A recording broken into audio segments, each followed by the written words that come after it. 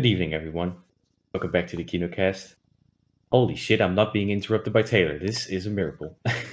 I thought I'd give you a Christmas present. I'd let you do it this time. Oh, thank you, Taylor. He's also wearing a Christmas sweater, so that's very nice. I finally got one. Finally it has a has llama on it. sweater. This was the best I could find at Kohl's, so this is what you get. Fun fact, in Australia, we also have Coles, but it's spelled differently, and I'm pretty sure it's a completely different store. But it's weird that we have something that's pronounced the exact same way. It's really funny. Yeah, anyway.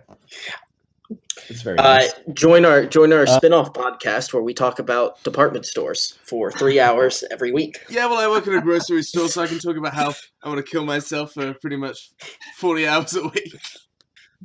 It's the Home Depot. All right, so The Home Depot. Nicholas is back again with Yeah. a reason because he's a third host now. So very nice. Very nice. And I stayed up all night watching the Home Alone trilogy.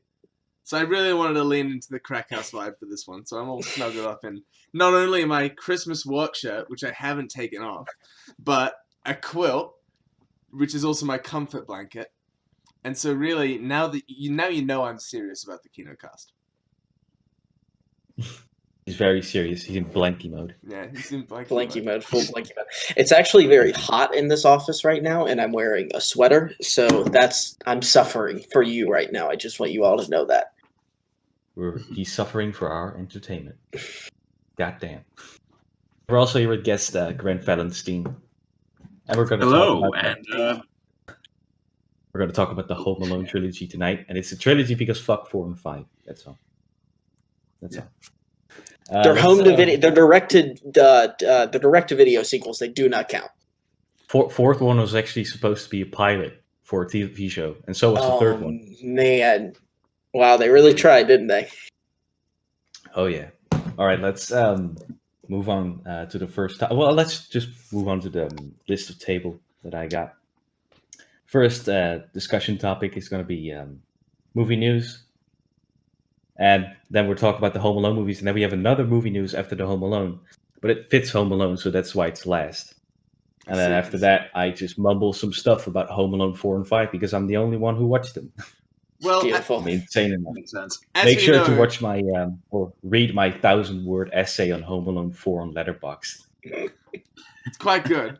But as we know, sadly, if a movie doesn't go to cinemas, it doesn't exist. Which is why Correct. HBO Max is going to be in a very weird position, making all those not movies next year. Yeah. Correct. All right, well, let's move on to movie news 1. It's your daily reminder that the Snyder Cut exists, and it's going to be dropping on March 2021. So, yeah. Fine, Taylor. You can run from it, Taylor, but you cannot hide from it. I won't do it. I won't for have one- that. I, for one, am You very excited. blindsided me with the Snyder Cut here. What is this? What is this? You told me no Snyder Cut, Ruben. No, just kidding. Little did you know that we're actually going to make an episode about this. You know it's coming. Yeah, I do. So- I know I You have can to run, talk but you about cannot it. hide. I know. One of the best memories I have of being in the group is I was up at about like 2 to 3 a.m. in a call with a friend, just because I was losing track of time.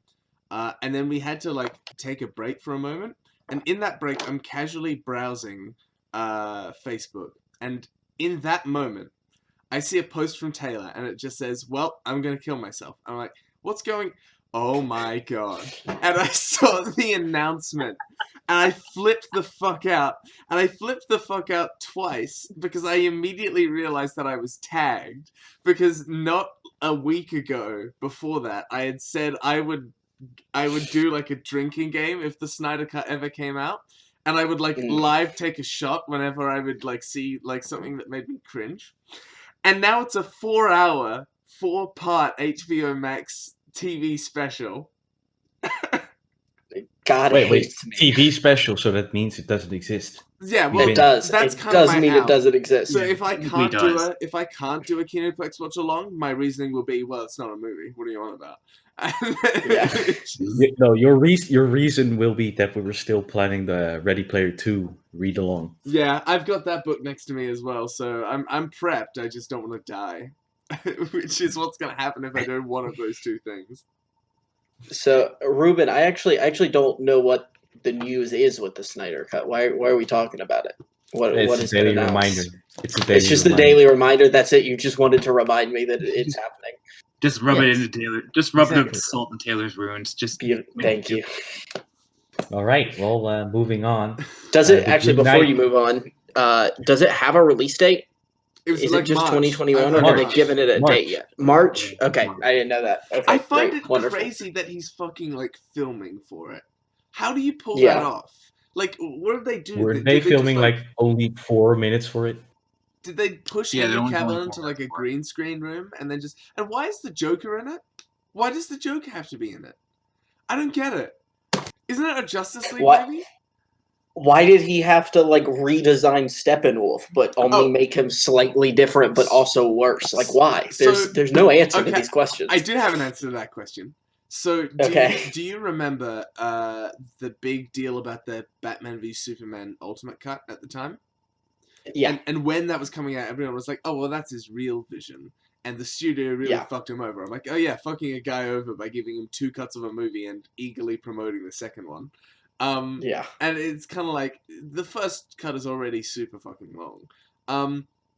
But in the Ultimate Cut and in this video on YouTube, they have a scene which explains why Lex Luthor kind of goes crazy at the end of the movie, which is that he communicates with Apocalypse. And in that moment, you see this conversation he has with Steppenwolf and him essentially roaring into the screen before disappearing.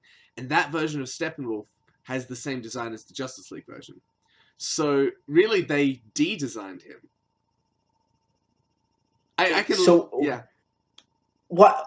Why did they give him a different design in the first place? I think it's because they wanted his face to be more expressive. Okay. But I think at this point, Snyder's like, no, people don't watch my movie for emotions. Let's lean into the other thing. Part of me thinks that maybe it was because maybe it was just Joss Whedon, but I don't know. I couldn't tell you. I would agree, because I think Justin Anyway, did it make still some... sucks. I- It still sucks, and it will suck. Okay. Moving on. Next thing. My most anticipated movie of 2020 was actually rescheduled, and now it finally has a release date again. The Green Knight is coming out in July 2021. Nice. Wonderful. That's all. So let's move on to the first Home Alone movie. I almost bought the role-playing tabletop for that, for the Green Knight. But then I'm like, no, That's I a have... thing. Yeah, it's a thing. A24 is like, yeah, we've made an entire like tabletop game based on the Huh. Green Knight. And I'm like, wow, that's cool, I'm about to buy it. And I'm in the checkout. I'm like, wait, no, I don't care. And then I just stopped. It was so close.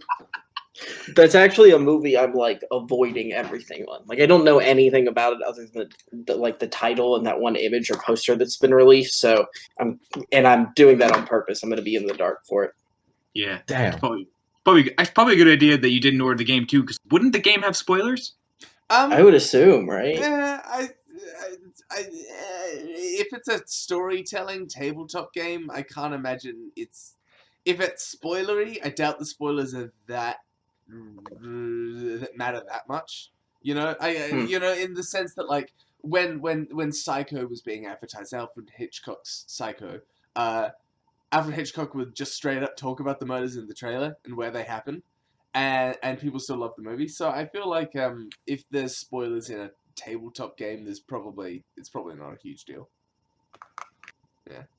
All right. Well, But then again, So Home Alone 1. yeah, Yeah, but then Yeah. again, COVID. yeah, They- like it they- was they started scheduled to doing be it. released at the same time as the movie. So yeah, That's true. Yeah. Yeah. all right then. Home Alone. Home Alone. We're really changing to Home Home Alone. Alone now. Okay. Home Yes. Alone. We're Do this. there. Home Alone. Home Alone, Home Yes. Alone. Home Alone. Home Alone. All right. Very nice. Let's go over to Home Alone 2 now. Alright, we did it, boys. That's it. One movie down. Uh, All right. This movie exist, and I think it has the best meaning of any Christmas movie ever made. I'll get that right out of the way first. I have a list of the themes of these movies that I've written down because I wanted to remember them.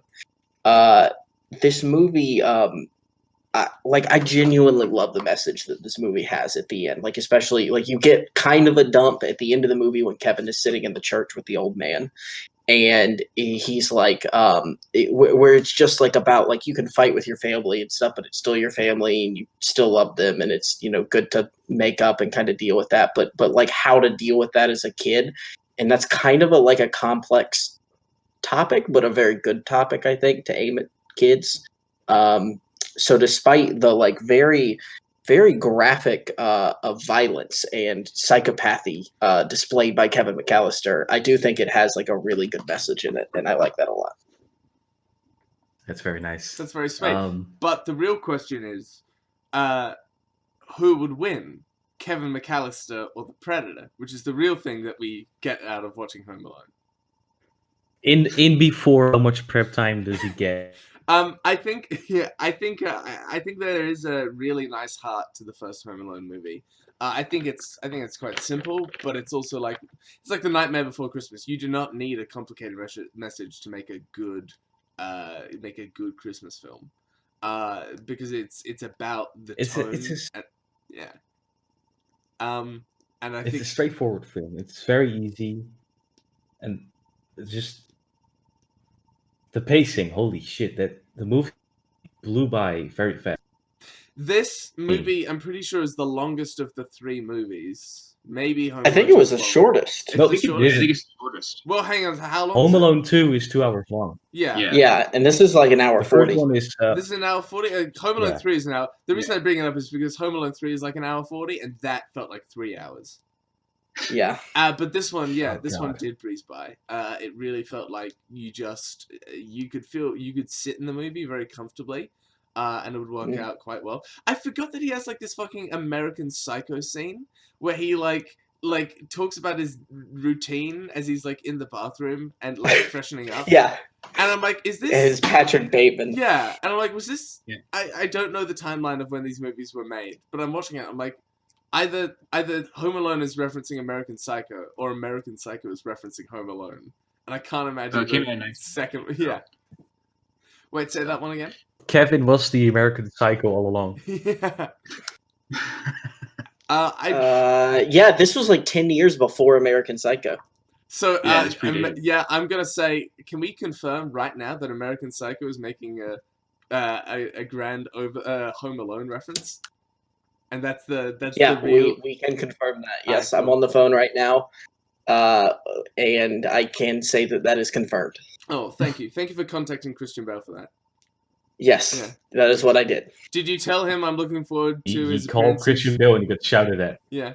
Are you looking forward to his appearance as the Sandworm in June? Yeah, can't wait. Yeah. Can't wait. Very excited. Anyway, Home Alone, good movie. Oh man. Home Alone's a great movie, man. It's a good film. The score is amazing too by John Williams.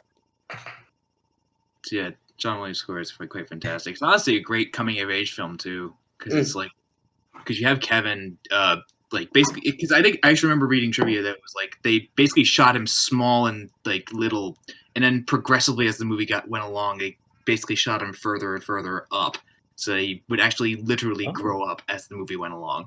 Huh. So it kind of reminds me of Miles Morales in Into the Spider-Verse, that he first is animated at like I think 24 frames per second, and then he goes to 60 frames per second. That's really cool. Pretty cool. I think I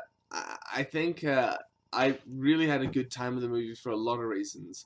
The very first thought I had was how much Kevin's family straight up sucks. And I know the message is like, oh yeah, you know, this should be family, you should make up with them. And I'm glad they made up with them. But like even then at the end of the movie, they're like, oh, Kevin, we're so glad you're back. And then immediately leave him in the room again. And I'm like, no wonder you lose him a second time. And it's like, like, oh, does this family, either this family is the worst family in the world, or they have no object permanence. And so I find it very funny how these people are like, oh, you're a disease, Kevin, and then have no kind of self-awareness about that, except for the mum, who I think is a fantastic character, and her story is probably I don't know if it's the best part of the movie, but it makes the movie. She's the only one that cares. Yeah, and that kind of revelation on her end, and where it's like, oh, the chips are down. None of what we were fighting about matters. I have to get back to my son. That's a really, really, really strong hook for like the rest of the movie when she realizes. Yeah, I will say, and I know I'm kind of getting ahead of ourselves, but she has some like really good development there that is just like completely destroyed in the first 5 minutes of the second film. It's like she literally forgets everything she learned the year before, and is like, shouldn't you give Kevin a little bit of a benefit of the doubt here? But she doesn't at all. But anyways, that's not the second one yet. Yeah, but you can probably basically what's cool to the other movies is that there's focus on the mother. The other ones, there's no focus on any parent at all. Kind of, at least in the latter ones, like 3 to 5, there's no focus on parents. Yeah. And the thing is, mother realizes how fucked and alone Kevin is because they're in Paris and he's in America. Yeah, and no, you're right. I didn't think about that, but they the parents really aren't present at all, or as much at all in the second movie. It's really more about they spend a lot more time on Kevin, and there's very little about the parents' trip to come get him, even though that was a big part of the first movie. So this is the only one where you really get a real story around the parents. The dad. I'm also getting a few minutes ahead, but compared to the other ones, I mean, the parents are countries away, and in ones the parents are minutes away, thus removing the sense of measurement in all the films. What do you think? Yeah, the third one doesn't. Okay, I have something I'll say about the third one, but I'll save it for when we get to the third one. Real quick, what do we think about how essentially the movie ends with like the mother going through all this effort to get back to Kevin, and then I get the Christmas miracle aspect of it, but it's like they arrive, the rest of the family arrives like 1 minute after her anyway, and so it's like, okay, so so is this the Christmas miracle thing, or should she have just chilled out and then they all would have gotten home at the same time?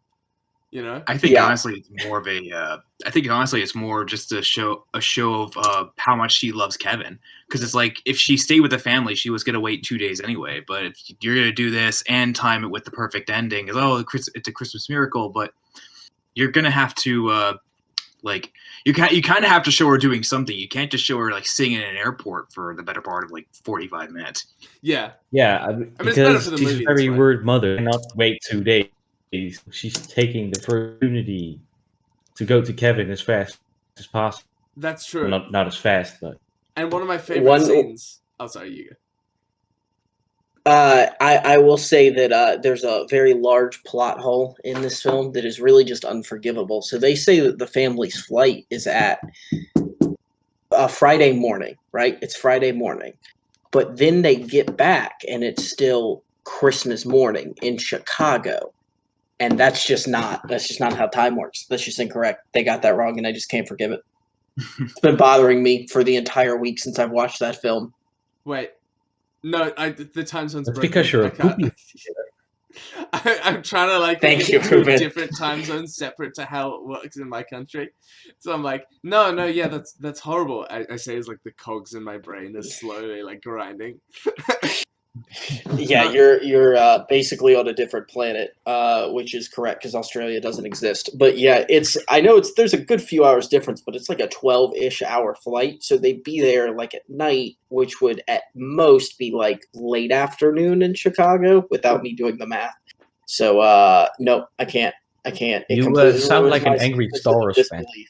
That's my We're goal. gonna make a 2-hour podcast about Well, Yeah. Pothole and Home Alone is so destructive. maybe And don't worry, there is another thing in Home Alone 2 when we get there. So I got one for Home Alone 2 as well. well there is Boy. a time travel theory, and so It's a good thing you maybe didn't see 4. yeah, we could lean into that though, because apparently there's a theory that Kevin grows up to be the old man who he speaks to, and that it's like a time loop, and so it's like Kevin teaching himself a lesson, which That's kind of insane, and I'm really there for it. And so, Go ahead. no, well, it's just that's As long that's as how it they erases explain 4, I'm fine. that's how they explain the time jump with the flights. They're all trapped in Yeah. like an infinite Yeah, loop. they're all.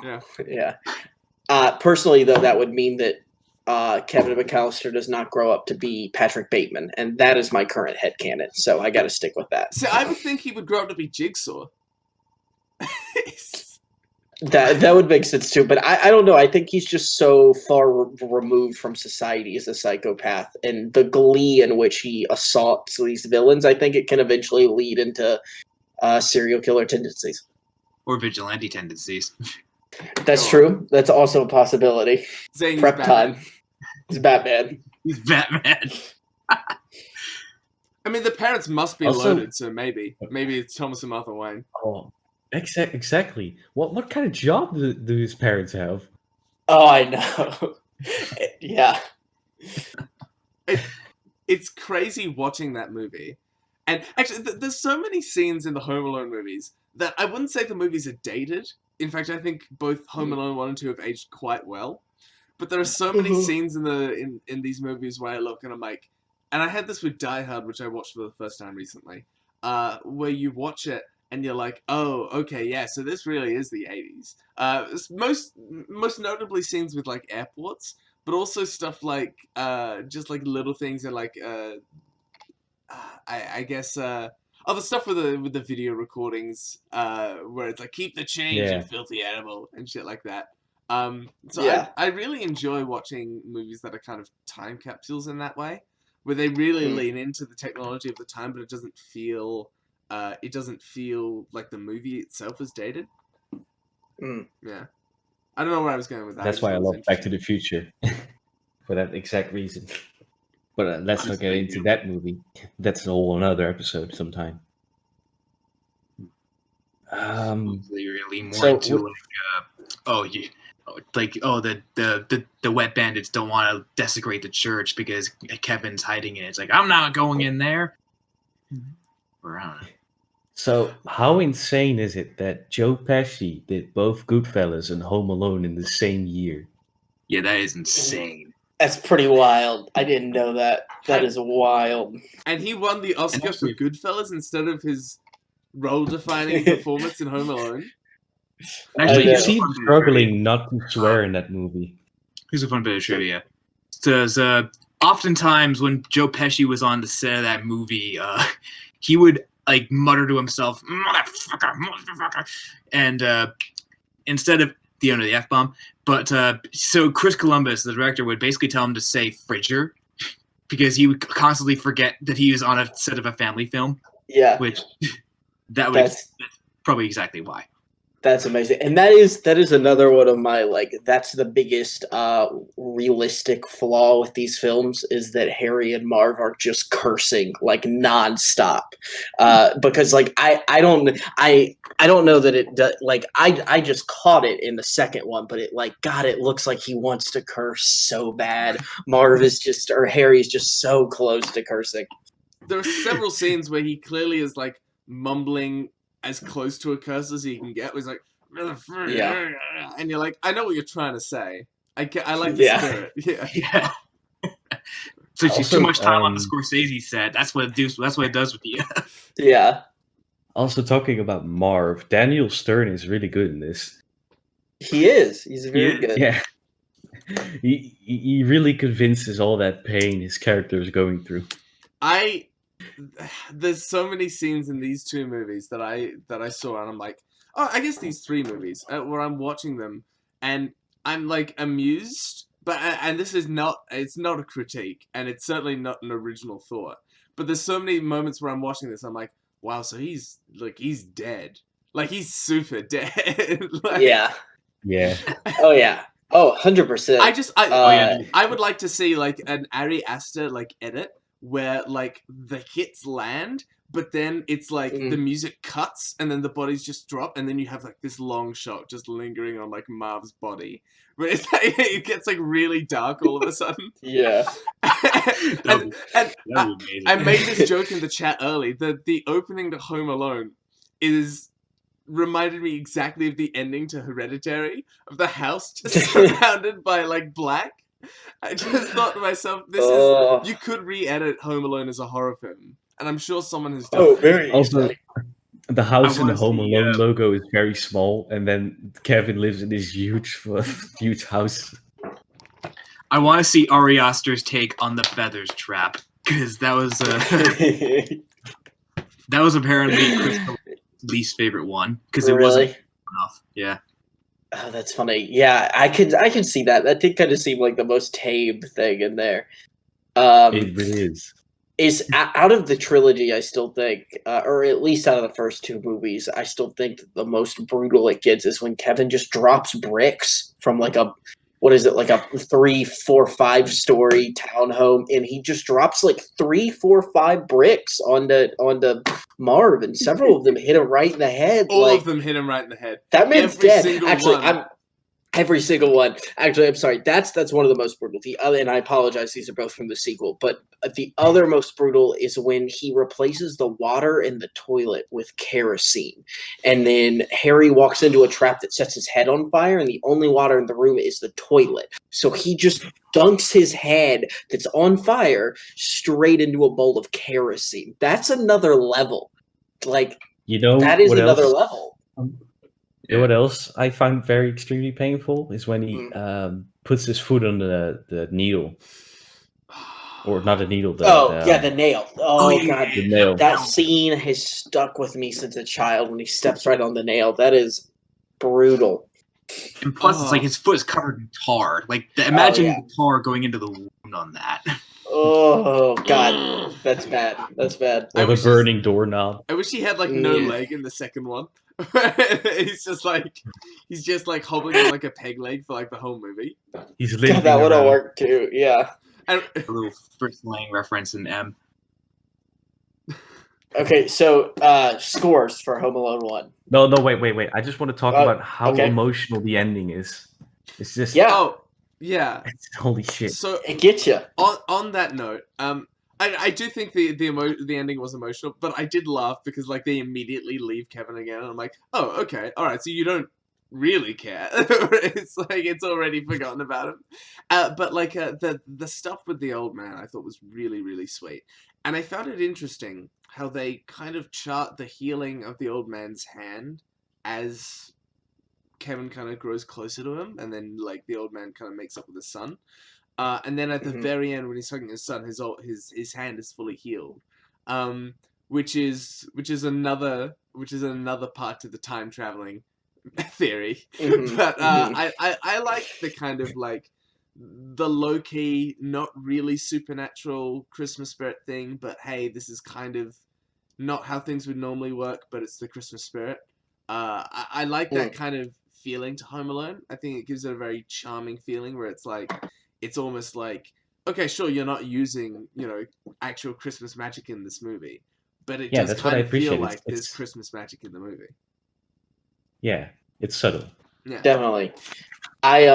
One thing I did not realize, I was looking at the cast today, and that so Fuller, the kid that wets the bed, the cousin, is played by Kieran Culkin from Scott Pilgrim vs. the World and Secession. I was like, oh, that's really random he was in that. And that's when it clicked to me, oh, this dude is brothers with Macaulay Culkin.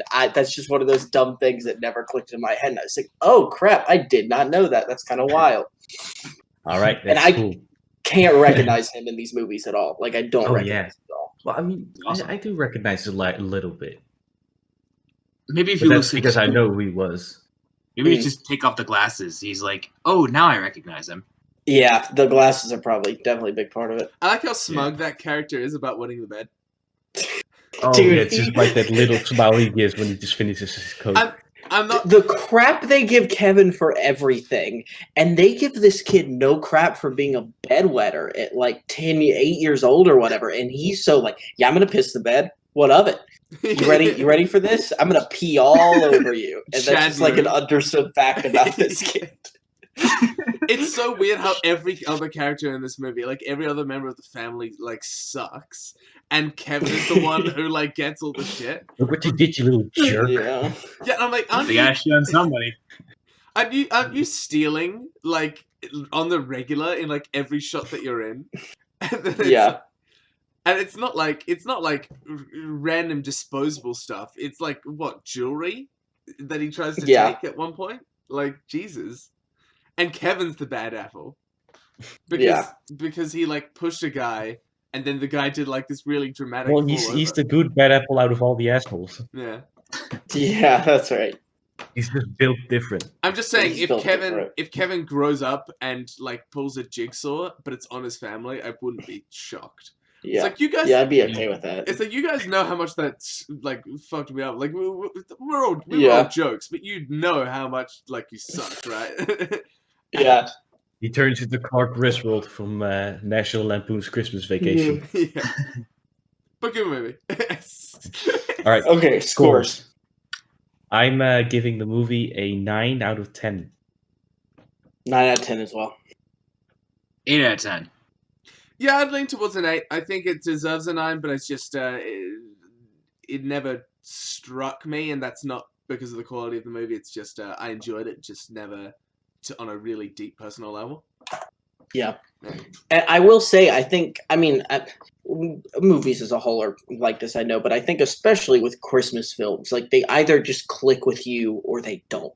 And if they like really click with you and you just have this big emotional attachment, like it just makes it so much better. And Home Alone is definitely one of those with me. I think a lot of people watched Home Alone as a kid because it's so well known, and I think everywhere it plays on television on Christmas on a loop. Yeah. That's probably part of it. Okay, Home Alone 2. Right, Home Alone 2. Oh, so right, can we just copy paste our conversation on Home Alone 1, and that's it? That's the movie. I mean, it's pretty the much. same Let's movie, just say right? something. Fun fact: Macaulay Culkin was paid $1 million for Home Alone 1, and he was paid $4.5 million for this one. Jeez. No wonder he wanted to retire after that. Yeah. Did you know this was supposed to be Home Alone 3 was supposed to be shot back to back with this one, but Macaulay Culkin refused because he thought he wouldn't get more out of the character. Chad. Yeah. I'd like to start right off the bat with here's my main problem with this movie. At the very end, Kevin McAllister's dad discovers a very large hotel bill that he has run up, his room service bill, and he screams outside the window. And then Kevin in Central Park, very, very far away, hears this screaming, and that's not like I've seen YouTube videos on this. I've looked at tests. I've looked at reproductions. This is a very big deal, and there's just no way he would have been able to hear him. And I have a problem with that. I can't deal with it. I'm not okay with it. Well, so it's a 0 out of 10. Yeah, that's fair. That's fair. All right, so let me get off with this opening statement for this film, and let's just say some stuff. Okay. 2 hours long, which I did not expect at all, and I totally forgot that. The second, I forgot what I wanted to say. And the third thing is, I also forgot what I wanted to say. So, good job. Excellent. Well, the movie forgot what I wanted to say as well. So there you go. It's a copy and paste, but I don't think it's necessarily because it's still an enjoyable film. And the other thing is, it breaks up what the mother did in the first, which kind of sucks. But then again, it leads you into a nice movie, so I'm kind of willing to give it. Yeah. I have one like actual kind of main problem with this film, and then I'll shut up. And that is that I think it would land a lot more for me as a movie. I still love this movie, but I think it'd be a lot better and I think the third act would be a lot better, is if it happened in either the toy store or even the hotel, rather than just this like renovated townhome. Was kind of boring. Like they set up these two really interesting locations that I think would have been really neat for Kevin to have to like survive in and trap them in and stuff like that, and then they just take them to this townhome for no reason. So that's the one. I find the townhome pretty interesting. I mean, it's a broken home. You could do a lot of stuff with it, and Kevin can set up traps there. He cannot set up a hotel. He cannot walk with wooden planks in a hotel.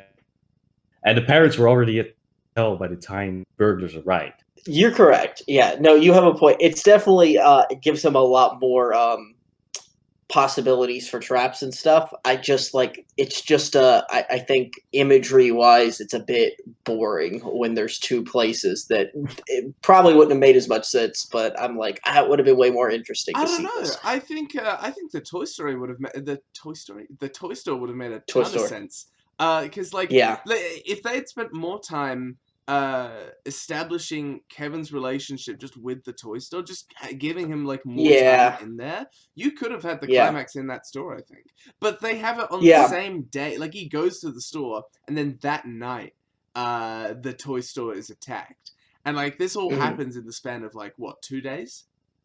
And I think so. The actual conflict happens in the one day, and so it's like if you spent the day before kind of establishing the relationship with the toy store, and maybe like he goes around and he like, maybe he gets to like accumulate himself, acclimate, I guess, to the surroundings of the toy store and like understand where everything is, then he could like have planned out this elaborate trap in that store, so when they try and rob it, and then it's like they don't know what's happening at first, and then they see it's Kevin and it's like, oh my god, it's you again. And then it would have been kind of like they have two motivations again, just like in the first Home Alone, rather than they're specifically out to murder this child. That's like their main goal. Like there's no running about it. They're like, yeah, we want to.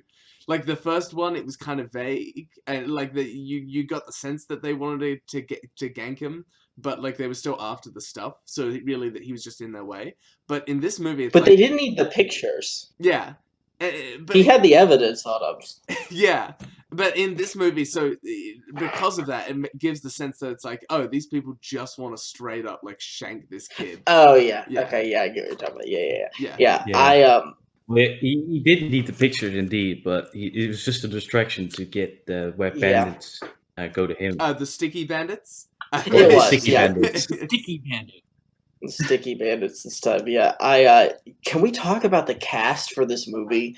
Most specifically, this is the only good Rob Schneider movie. Yeah, Tim Curry and Rob Schneider are both in this film, and it is just wonderful. It is wonderful. It was also one of the better. Oh yeah, you go. Okay, so yeah, it's honestly one of the better additions to this film because let's be honest, like everyone repeats their arc first movie. Like Kevin basically does what he does in the first film verbatim. His mom and his family do the exact same thing, except they're in Miami instead of in Paris. It's just the addition to the hotel and the addition of like Rob and Tim Curry's character. They were nice additions. I thought they were. They freshened things up a bit. Agreed. The monotony of it. Yeah. It is a bit odd, and we can come back to the cast in a quick second. But when you mentioned Miami, it reminded me that it was a little bit odd that in some ways the scale of this movie was toned down. Where it's like they're in Paris. You mentioned this earlier, Ruben. Like they're in Paris in the first movie, and then they're in Miami in the second one, and they're Miami's on the same coast as New York, isn't it? Correct me if I'm wrong. Yeah. It's. I mean, it's like. What, like 20 hours away? Like it is the opposite sides of the country, but it is the same coast. Yeah. And in the first Home Alone, they knew where he was, but now he's lost in the big city. Yeah. Well, they didn't even know he was in New York City. They knew he was in the airport in Chicago, and they could be literally anywhere. And that part I liked. So it's actually. Yeah. You go. This is actually farther away from France by plane. It's actually 18 hours to get from. No, I'm doing by car because I'm a moron. Never mind. But like by car, it's about 19 hours from Miami to New York. And I think they drove, but I'm not. No, they couldn't have drove. That wouldn't make any sense because it was all in one day. They had a flight, yeah. they had a fight. So yeah, I don't know what I'm talking about. Somebody else talk. I think it was cool. Like they're like, oh, he's probably in Chicago, and then it cuts to like Kevin like right in the middle of the city, and then this big panning shot where you see the whole thing. And then he visits the Twin Towers, which has aged. Oof. And yeah, and then he meets famous Home Alone star Donald Trump, which I don't think he's done anything interesting since then, which is no, I think that was his only role. Yeah. Which kind of sucks. yeah, I'm but really whatever. excited for that career. Maybe he'll do an interview later on where he talks about Home Alone and I don't know, maybe he made a cameo on something else. Yeah. But I think Tim Curry was the highlight of the movie for me. I thought Tim Curry. 100%. I just love the Angels with Filthier Soul scene. Yeah. It's like, you've been switching with everybody. Yeah, I And gotta then the cop And goes, the cliff guy. Yeah. I gotta Also, say That's great. The funny thing about Angels and Filthy Souls, I had no idea it was based off of another movie until now, basically. yeah. It was based on this movie from 1938 or 39 called Angels with Dirty Faces. Huh. I didn't know that either. I thought it was like an original thing they made up completely. No, it's it was, me, snakes. I genuinely laughed Very when I interesting. read the title of this, like in the second one, where it's like Angels with Even Filthier Souls, and I'm like, that's so Yeah. dumb. And I was kind of shook that the way they decided to one up the one from the first one was that instead of it being like a gangster that he shoots up, it's his I guess mistress or something like, or his girlfriend, and he's just like straight up like shoots her in the most like comedic scene ever, where he's like, and Happy New Year. Yeah. And I'm like, Jesus Christ. This movie is like low-key darker than the first one, and I'm here for it. Yeah. Because there's a lot to Yeah. enjoy about how kind of Yeah. like messed up it was Yeah, from an 'cause- objective yeah. standpoint. Yeah. Yeah, because I mean, they pull a gun on him at the end. Like they literally are yeah. like, we're actually going to kill you now. things get crazy in New York City after dark. Oh yeah. Okay. Yeah, like the whole scene where he's walking on the on the street, and then all these people look at him, and he goes in a taxi. There's just this one dude with his screwed up face. Straight up from a Von Trier movie. Ain't much better in here, kid. I will tell you, there is a like shivers down my spine moment in this film, which it's the best line in the movie, and I'm like, oh boy, here we go, it's going in now, and it is when Kevin says, right before he's about to throw the rock through the window of the toy store, he says, "This is it, no turning back, another Christmas in the trenches," and I'm like, let's go, let's go. They knew Brilliant. it was gonna be fun. Really good. There's Yeah. also a line in this movie that I think that for the most part the dialogue in this movie is quite well done. But there's a line in this movie that kind of throws me off a little bit, where they try to replicate the scary old man thing with the bird lady. And I actually really liked the bird lady in this movie. But I think she was probably one of my favorite parts. But when she's introduced, they have this like zoom in on Kevin's face where it looks like he's about to scream, and then he's like, cool, and then he runs off anyway. And it's like, this is not, those reactions don't line up. Like he's like, oh, that's kind of cool, and then he runs off anyway.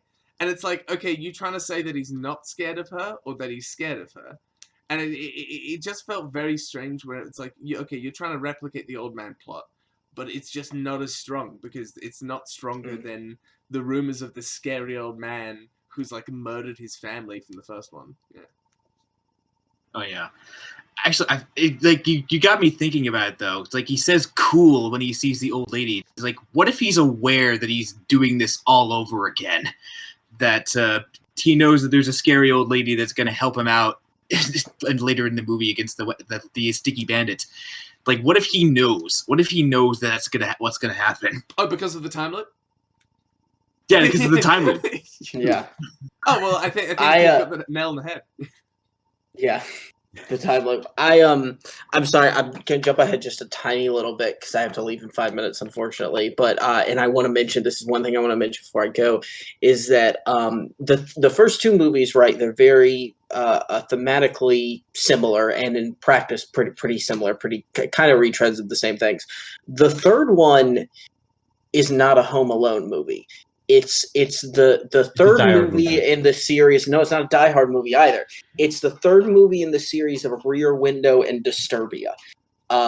It's literally Rear Window Disturbia. Like with the kid that's like sick at home and he can't leave and he's spying on his neighbors and they're doing something weird. Like that's it. That's what that movie is. Okay. To the point where I was convinced that like this movie was something else, and then some part through production they changed the name to Home Alone 3 to like give it that like boost, like, oh, it's a part of this franchise. I was wrong. That's not the case at all. But I was like, how did they like this Just isn't like even the same thing at all. Change the name. Yeah. Okay, So that's it. You gotta leave in 5 minutes. So what scores would you give Home Alone 2 and 3? 8 for Home Alone 2, maybe an 8.5. And then Home Alone 3, I'd have to give like I don't know. That one's almost a 9 in my head. It's such a bad movie, but the fact that they take it to like kid by himself at home with robbers trying to invade the house. Okay, kid gets a CIA weapons missile guidance chip and is being hunted by international criminals. Like, just the concept alone just like wrecks it up in my head. It's a terrible movie that I really, really love. All right then, Taylor. I'm gonna give you to the count of 10 to get you no good Keister ass off my property. 1, 2. Sit down. That was Merry a very Christmas, good exit. filthy Very well animal. And a happy New Year. done. Yeah. All right, now it's just the three of us. Let me just get my notes for Well, a second. Shall we wrap Still up have- our discussion on Home Alone 2, seeing as that was a very good segue into Home Alone 3, I think? Yeah, I'm just having my few notes. I'm just reading them. Macaulay Culkin is better in this one. He has more charisma than in the first movie. The Twin Towers shot is really good. I love the zoom in and then just goes out. Also, if you guys want to read more, check my Letterboxd profile once again. Links in the description below. I thought one of my favorite scenes. I mean, this is the same as the first one. Not when Kevin talks to like that older adult, and they kind of had a heart-to-heart about their lives. And yeah, it was like clearly a direct rip-off. But I don't know. I thought the Bird Lady had something very charming about her that kind of helped with that weird atmosphere of New York. Like, as someone who doesn't live in America, and you hear about New York, you hear stories about people like, you know, like the Bird Lady, and it's one of those things that's like a little off, but yet so incredibly relatable and human, and so that felt like a very good way to make both the audience and Kevin a bit more adjusted to what it's like in New York. I really enjoyed that, and I thought she was a really good character. So she and Tim Curry, I think, made the movie for me. All right, so I just still want to talk about the traps. I found it extremely hilarious when Daniel Stern or Marv touches the water tab and he just turns into a skeleton. Yeah, I had no idea that was from this movie until like last night. That was really nice. Oh, you haven't seen the second and third one, so right? this is the thing. I've seen Home Alone a few times, so I have some attachment to it. I've never seen Home Alone 2 or 3 until last night, and I stayed up to like 4 or 5. For Home Alone 3, I stayed up till 5 for Home Alone 3.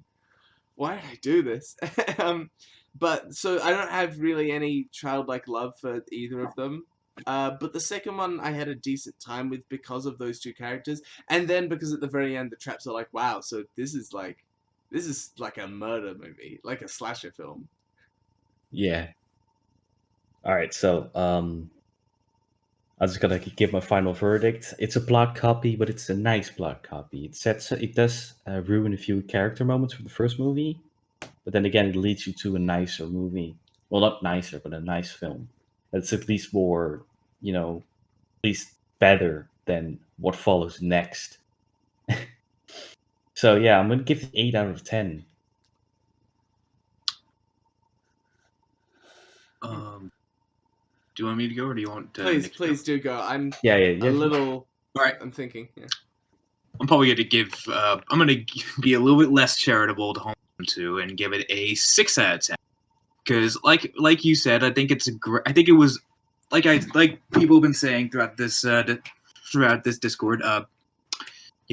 They basically repeated the same movie from the first one verbatim, except they subbed out a lot of the poignancy and a lot of the coming of age themes of the first film with just the New York City setting. Which, on that note, I think to Nick's point, it's like it's a great love letter to New York City. It's like all the strangeness, the beauty, the dark underbellies. It's just a nice love letter to the city, and like he said, I think the Pigeon Lady, I think Tim Curry were both the best parts of the movie, and it's a fun family comedy if you're looking for something to watch on Christmas Eve. But I would personally say that the original is better than the second. Surely by virtue of Definitely is. I The things the first two movies do very, very well is just have a Christmas setting. Yeah, I think the first movie, I can't in good faith say if I were doing like a Christmas rewatch that I would ever pick the second one over the first one. I think I would watch the first one several times before watching the second one again. I think the second one's fun, but it provides little for me that the first one doesn't do better, aside from Tim Curry and I guess the Bird Lady. But even then, the old man in the first one is emotionally a lot stronger. So I think I would always end up picking Home Alone. And while I enjoy Home Alone 2, like it's a 7 out of 10, I would probably give it closer to a 6, just because there's not too much for me within that movie aside from its charm. But then again, you can have movies that have the same plot as other movies and they can still be very good because they do it in their own way. But I just don't think that Home Alone 2 is going to stick with me in the same way as the first one. To me, I think whenever I'm going to rewatch Home Alone, I do 1 and 2 because they're both best films out of the whole bunch, and I think just Home Alone 2 is fun enough for me to rewatch it after the first one. Fair. But fair assessment. So let's move on to Die Hard 3. Oh, sorry, I mean Home Alone 3. Kindergartner Cop. I was so thrown. This movie was directed by Raja Gosnell, who edited the first two movies. And I think he also directed. You know what? He also directed. The Scooby-Doo He directed Scooby-Doo 1 and 2. He did. What a base director. And such smash hits as Big Mama's House, Beverly Hills, truly an auteur director. Smurfs 1 and 2. I mean, this just makes me like the director more. I don't know. Like I watched this movie thinking, what is this director doing? And then I looked him up and I'm like, oh wow, so he's a king? What's going on? Clearly, I think this is actually his first film. Yeah, it is. And I'm just thinking, clearly, I don't understand this movie. It must be too good for me because his Scooby-Doo movies are gold. I loved those as a kid. And so I'm kind of like, all right. I hated it, but you know. So the movie starts off with the classic Home Alone theme, but it isn't composed by John Williams. It only uses that theme once. And for the rest, the soundtrack oddly sounds similar to Terminator. Not gonna lie. With a few metal bonks in there. Maybe. And it's stock music. Terminator has time travel. Music. Home Alone clearly has time travel. Maybe there's an interconnected universe that we're not thinking of here. Oh my god. Terminator has a messy timeline. Home Alone 4 brought a messy timeline to Home Alone. You keep mentioning Home Alone 4. Do I need to watch this movie? Do I need to watch Home Alone 4? Oh no. I don't think you do. I can tell you. I recommend Cyanide over Home Alone 4. Okay, good to know. I think, well, I'm glad we had that clarified. I think Home Alone 3 really floored me in that when I started the movie, I did not expect the opening to be this, like, to be this like secret agent like heist, like this terrorist heist of a bunch of like secret like what was it, military equipment, like this chip. Yeah, it starts off like a genuine action movie, and it's like You- Hong Kong, and it like lives on it, and it's like Like if you told me that you were watching like a Die Hard spin-off, I would have believed you. You. Right? And imagine if those villains robbed John McClane's house, he's just standing there with a Uzi, and someone opens the door, God, I mean, he just shoots them. would that make the movie better, or would that make the movie worse? Is my question. Because I don't think Bruce Willis. Well, that would make the movie shorter, that's for sure. That's true. That's true. I think It would make more sense. the movie was so odd because it felt like, in one sense, because of like the terrorist stuff, the stakes were so much higher. But the actual day-to-day stakes, where he's just home alone, like for the day, or like even like an hour, the stakes Yeah. are so much lower. And I'm like, I don't. And his have parents are like any minutes away. Yeah. Oh yeah, that's another thing. It's like his parents. He's not even alone at home half the time. His parents are literally a phone call away. God. In fact, there was a scene where he does one of the Home Alone like pranks, shenanigans, and the parent is there. He's not home alone. He's home with someone. But they still go through it like he's doing one of those Exactly. classic Home Alone things. And I don't necessarily hate that, but it's just very jarring because there's no family like they try and do something similar at the end of the movie where it's like, oh, we actually care about our brother at the last minute, and it's like it doesn't hit the same way because there's But literally the no thing- arc these characters The go mother, through. parents really care about the kid. They don't hate him. They really care about him. Yeah, and also Like there's There's no. no wishes that he was alone. It's just he's just sick. It's just chickenpox, and they leave him alone for one day. Yeah, it's like there's no underlying tension. It's like with the McAllister family, it's like there's tension on the surface, but deep down inside, like they like each other. It's like no, here it's like, oh, you're sick, oh you poor dear. Let me get you some soup and let me get you something to drink.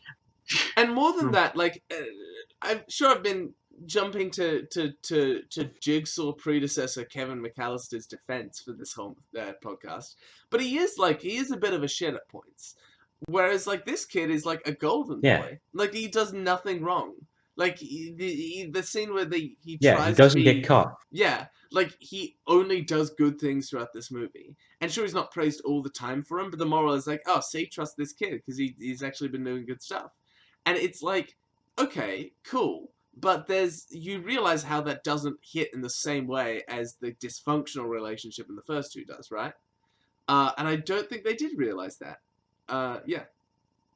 And that's another thing. It's like And the thing is, he doesn't grow at all. It's like he doesn't. There's nothing about this. Nothing about this experience changes him as a person. At least with Kevin, it's like being stuck at home and learning to fend for yourself. It's like that's fine. But being stuck in the city and learning that's fine too. But like no, like this Alex kid literally does nothing. He doesn't learn anything at all.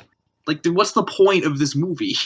I mean, sure, believe kids and like don't call the police too many times, but like, what else is there? I think the reason was that this is the fifth and last movie John Hughes wrote for 20th Century Fox under his contract, so he had to pump it out.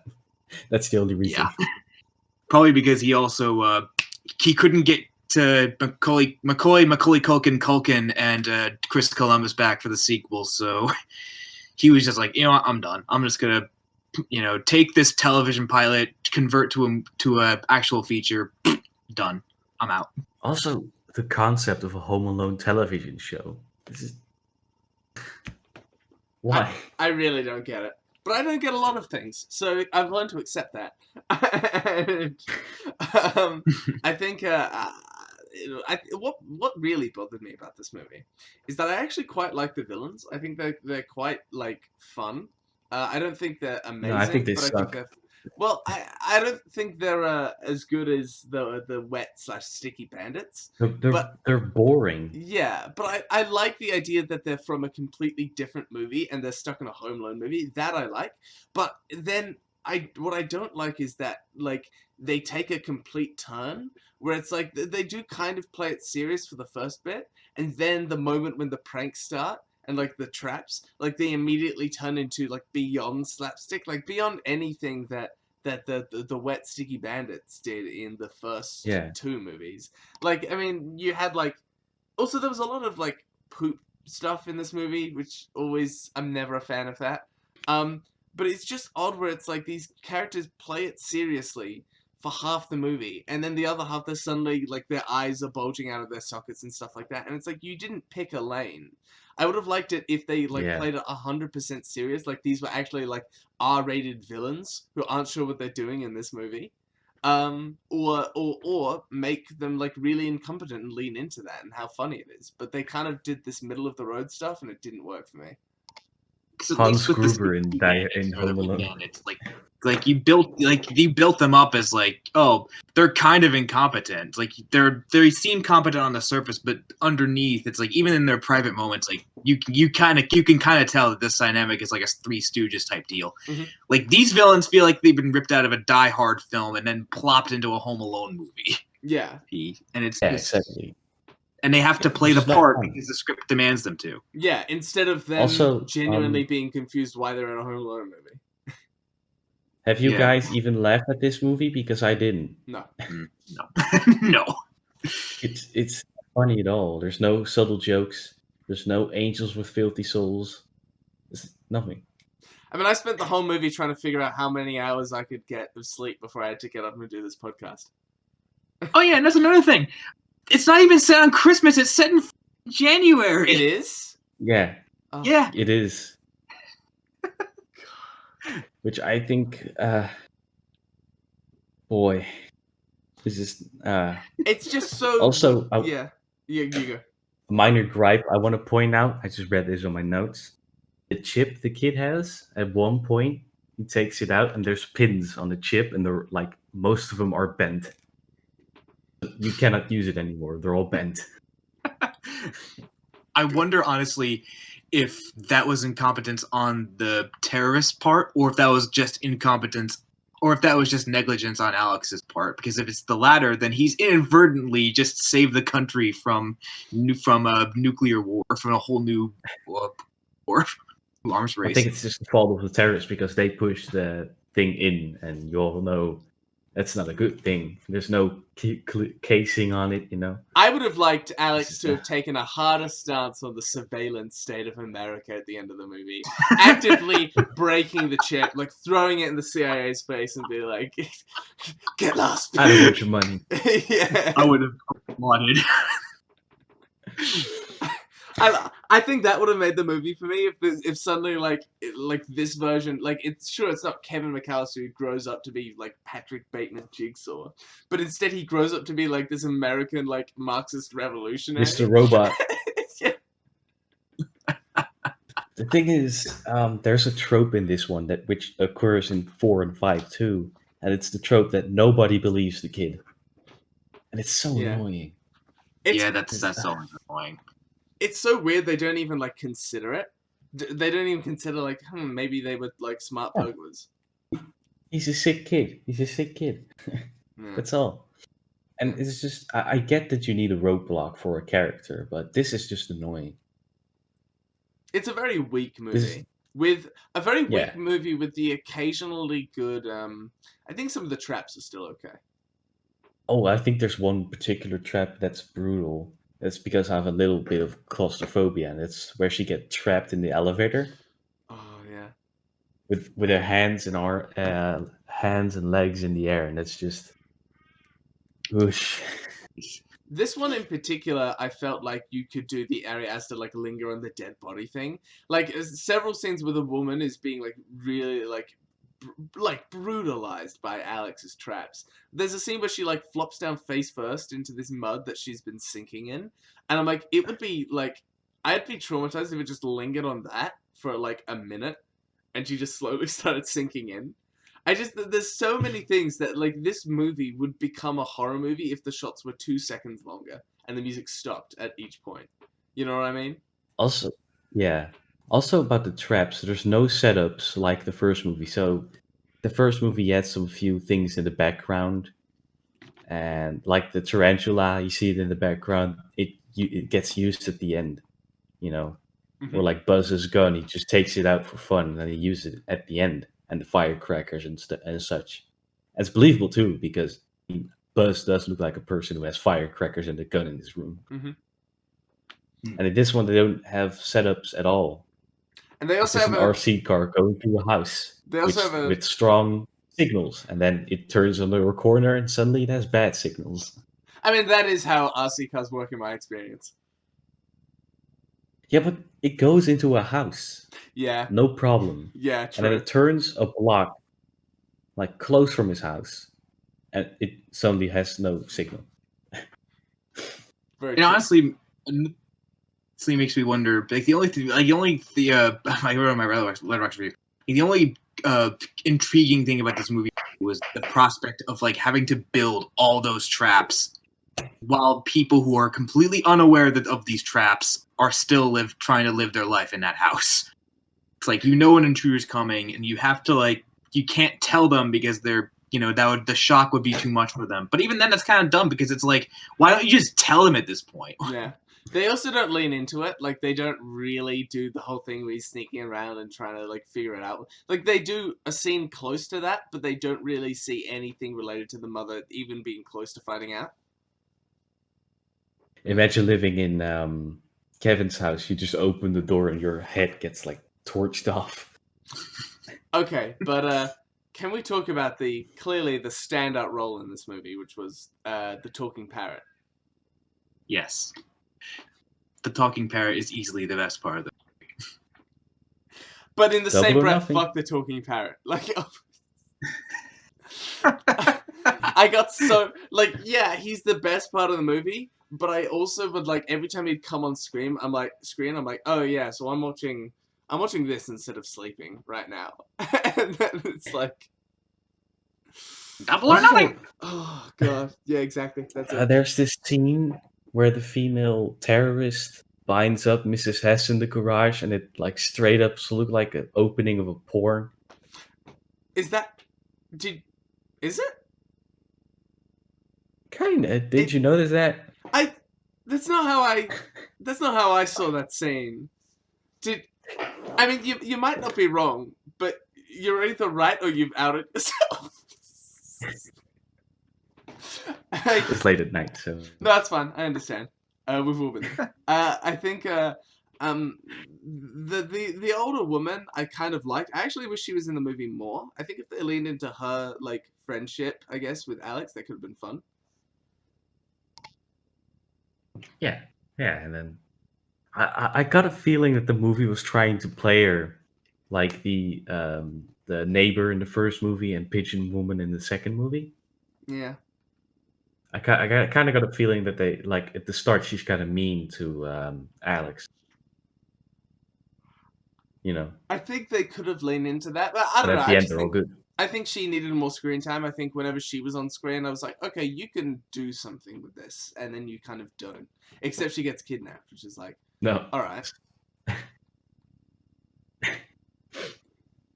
All right. What more do I have? There's I think one other thing I wanted to mention, and it wasn't the talking parrot, although that still really, really annoys me. I think it was, and the runtime I've mentioned before, and how ridiculously slow this one felt. I think the pacing I'd have to mention in this one, it felt so odd in that there was a moment where I'm like, we're halfway, right? And it was a third of the way through the movie, and I think it was during the remote control car scene, where you just kind of realize that the movie doesn't know what to do with itself for so much of the time, and it feels like it's floundering until it gets to the final traps phase, and only then does it kind of kick into gear, but in such a way that feels so lackluster compared to the first two. I'm even more critical of it because it took away my nap time, which I appreciate. But it's but it wasn't. I don't think this movie offered anything of substance that you couldn't get from the first two, except those cool scenes where it's terrorism for some reason, which I thought was funny when he was they were doing those calls with that with those Korean dealers, a Korean arms dealer, I think, and you're like, so this guy's gonna that guy's gonna send assassins after these people if they don't rob this kid. And it was just, that kind of stuff was amusing, and maybe if they leaned more into that, that could have been funny. But it's a shame that they didn't. Also, what these movies make clear is that American houses are made out of paper. Yeah. Yeah. You fall through them easily. I got 2 notes on this movie. It's Please. insane. I got 3 in Home Alone 4. Oh my god. So, yeah. I noticed a plot hole. So basically, the mom tries to get home. Alex calls her and is like, no, go pick up our brother and sister, you know? And then when we get back to her, suddenly she's waiting in the office of the school, like she had a phone call or something, but we didn't see that. It just came out of nowhere. She's sitting there. Can I be perfectly honest with you? I toned out so hard in the climax of this movie, where it was like, in the first 2, I would like pause to make sure I was paying attention while I was watching this movie, and then the third one came along, and I'm starting to pass out, and I'm like, you know what, I don't have the time for this. And because I didn't care. I did not care at that point. So it could get away with plot holes for me. It just would not register. It's just a quick money grab production. Yeah, it Easy, just seemed... quick, done. Oh, Scarlett Johansson. Yeah, Scarlett Johansson. I was actually surprising that thing. I didn't even realize that she was in it until the credits popped. I was like, wait, that's Scarlett Johansson. Yeah, right. Award-winning actress. I didn't have to pay. I didn't have to pay a lot of money to all the cast. They didn't have to pay $1 million to the main kid, I think. Yeah. Instead, they paid $1 to each. I think. Let me. Yeah. I think it's All right. fairly easy to tell this is a lower budget movie. Anyway, yeah. Yeah. Well, at least one advantage this movie has is that it's shot on film, and it kind of has this fuzzy feeling of winter time, you know. And the other 2 movies that come after this are shot on digital, and they look plain and boring. Yeah, like they actually have that nostalgia factor of being shot on film, like the film grain. On a very semi-related note, I really like what Rian Johnson is trying to do in terms of trying to get that same effect with digital cameras. I think that's just a really... he doesn't talk about it too much, but it's a technique that he's been using in The Last Jedi and Knives Out to kind of get that same effect on different kinds of cameras. And I appreciated that effort because I think a lot of people like to watch things that look like they've been on film. But I understand the practicalities of that sometimes don't work out as well. So I really like what they've been, the strides they've been making in that area. But, you know, they wouldn't have had that during the direct-to-DVD Home Alone sequels. All right, so let's just go over to the scores. This movie sucks. 2 out of 10. Yeah, 2 out of 10. I'll give it a 3 for the mouse. Just because the mouse was kind of cute. Giving it a 1 for the amount of hours of sleep you missed. No, I'll give it a 3 because I only had 3 hours of sleep. So it fits. It fits very well in my opinion. Oh, we did it, guys. We did it. We made it through all 3 Home Alone movies. Oh man! And now we're gonna move on to the next subject. It's movie news too. Ryan Reynolds is making a Home Alone reboot. Well, kind of reboot. And you know what it's called? Stoned Alone. And it's a R rating. Can I be honest? When you said Ryan Reynolds is making a Home Alone reboot, I thought you were gonna say like, "Oh, it's called Homestuck," and I would have just like left the call.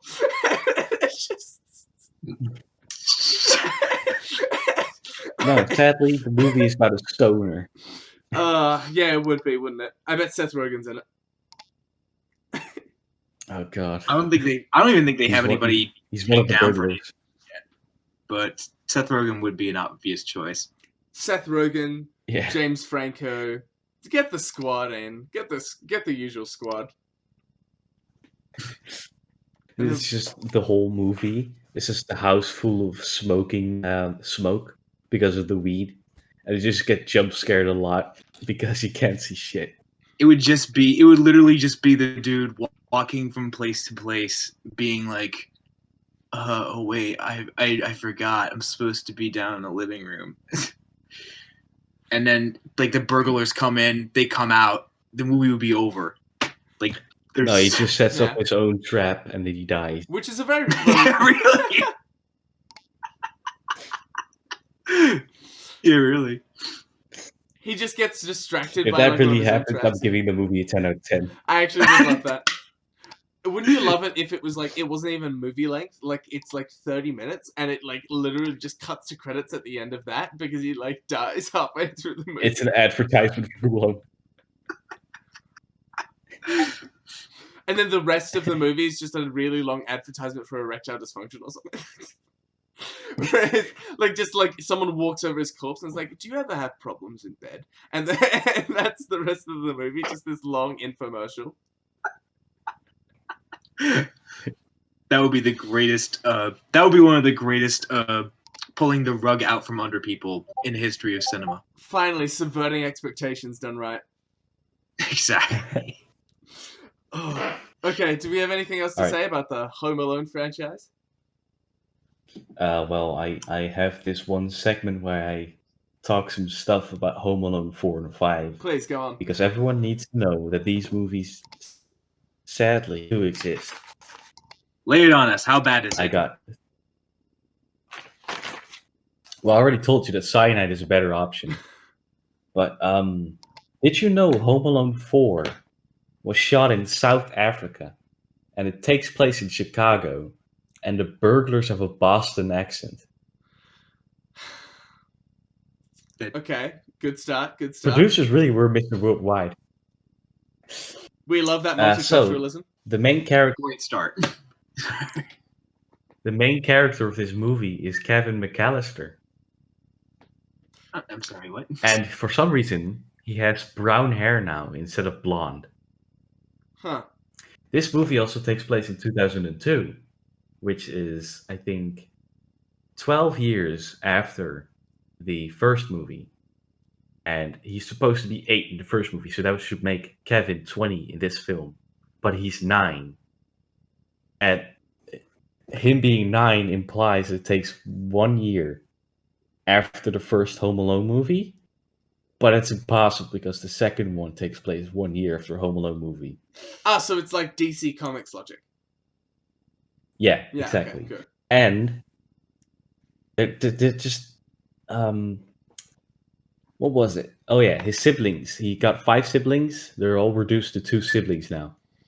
Okay, alright. Oh, and his parents are getting a divorce. Oh, Jesus Oh. Christ. This is dark. It's a little dark.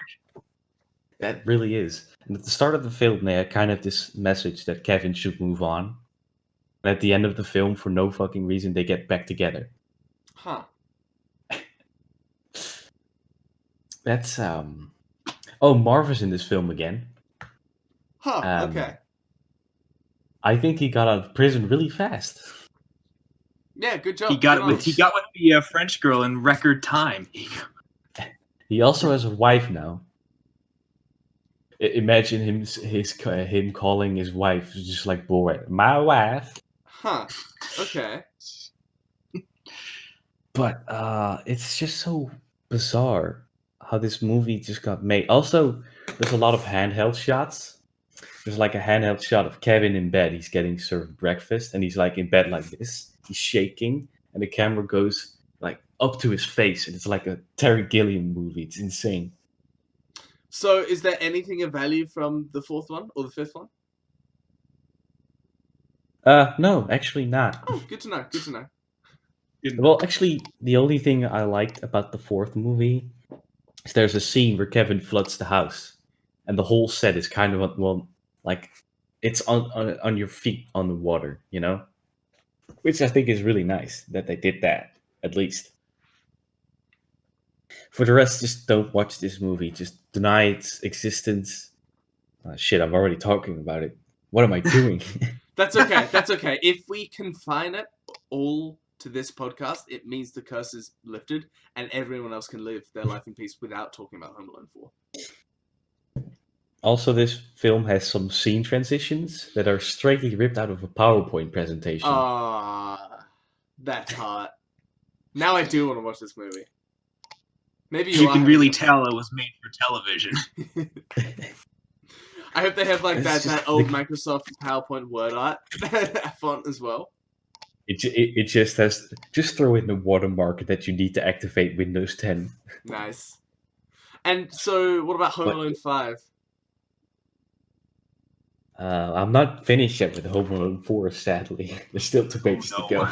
Okay. Oh no. The kid has zero charisma. The traps in Home Alone 4 rely on a smart house. So he just goes into the remote and he says, door open. That's basically all the traps, except for one, and it is literally just a pan hanging on a wire. That's the only trap he really sets up. Okay. Oh boy. Let me just go skim through this just to make your suffering less. Smart House in Kevin. 2002. It's pretty novel. Kevin, who's supposed to be very smart, places a DVD disc on the wrong side. That really pisses me off. Just That makes my toes. also, like, there's a curl. plot twist. Oh, There's a plot twist in the film. Okay. Yeah, so you got 2 workers in the house, 2 a maid and a server, you know. And the maid is like acting really nicely to Kevin, but then she's revealed to be the mother of Marv at the end of the film. And suddenly the guy is suddenly nice to him when they get locked in the basement. Like, he's an asshole throughout the film. They don't even hide it. He's really an asshole. He hates the kid. And then suddenly they're locked in the basement, and then suddenly he's like, I misjudged you, Kevin. I'm like, just This sounds Oh, like you're a- not as bad as that girl. Let's be friends. This all sounds very tacked on. it is, it really is. Also, Marv gets yeeted into a chandelier. So there's like this bookshelf that turns, and it's like spins faster, and he goes up to a chandelier. I was like, oh, it would be nice if they dropped the chandelier. No, they didn't. Just Marv drops. And they have a shot of him on the top, and it's just put over a sound just to sound like he's dead, you know. But he's not. Damn it. No Wilhelm scream. I would, Also, there's a stepmother in this movie, yeah. and she at the start she's very nice, but for some reason at the end she's an asshole just because they want to get rid of her. That's odd.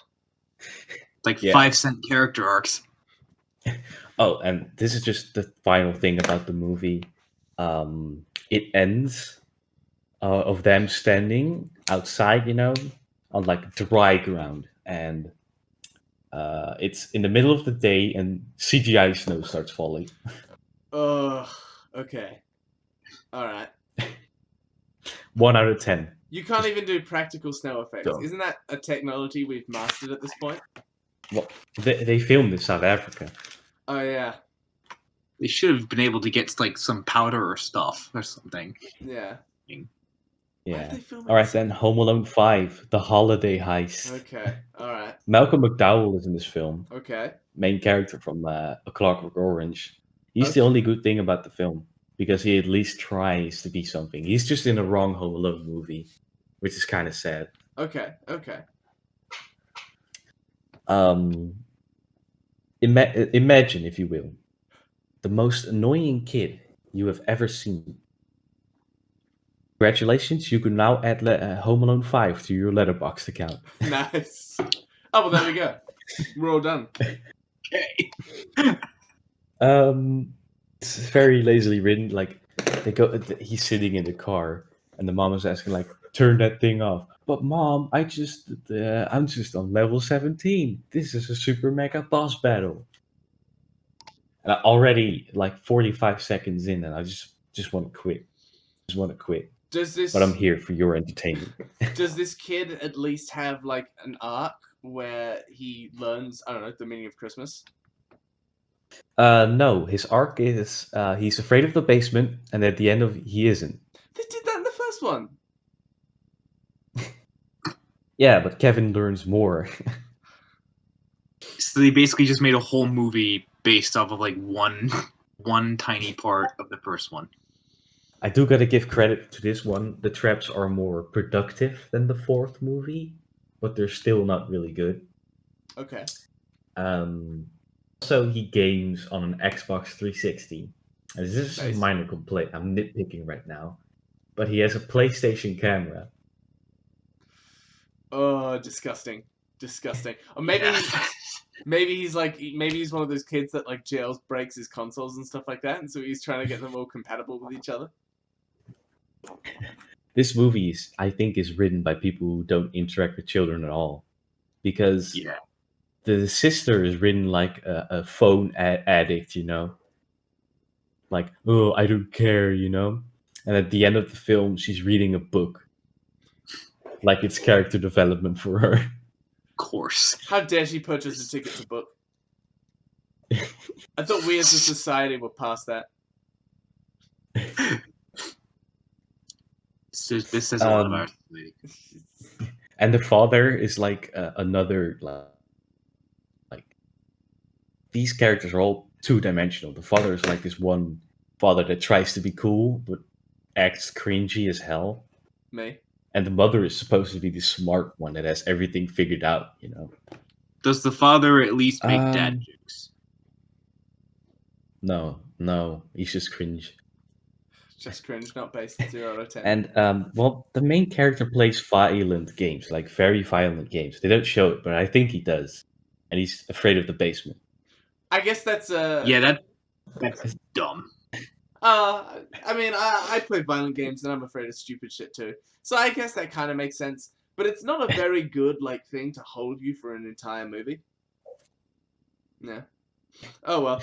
Also, there's digital zooms in a few scenes. There's just people talking and the camera's just digitally zoomed. Oh, we love that. We'd Which love is- to see it.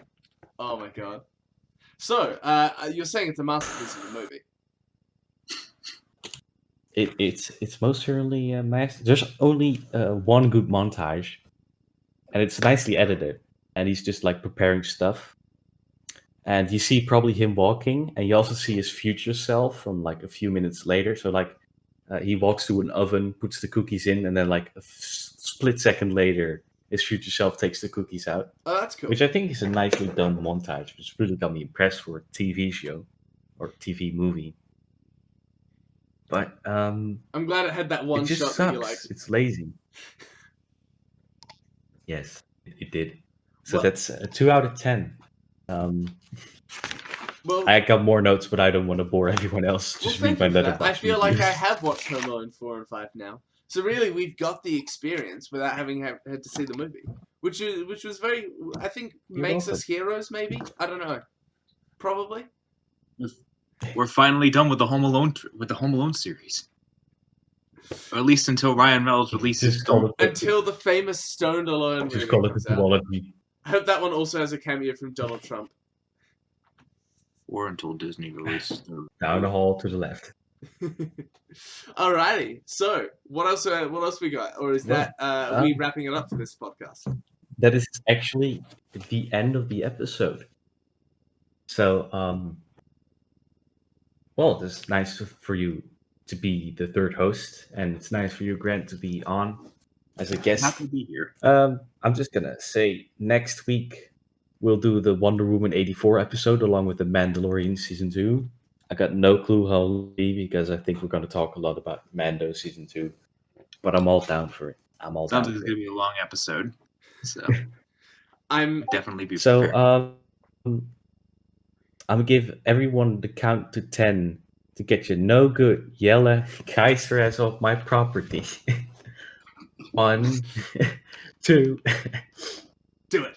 Merry Christmas, everyone, to the Kinoplex and Kinocast. All listeners, Merry Christmas.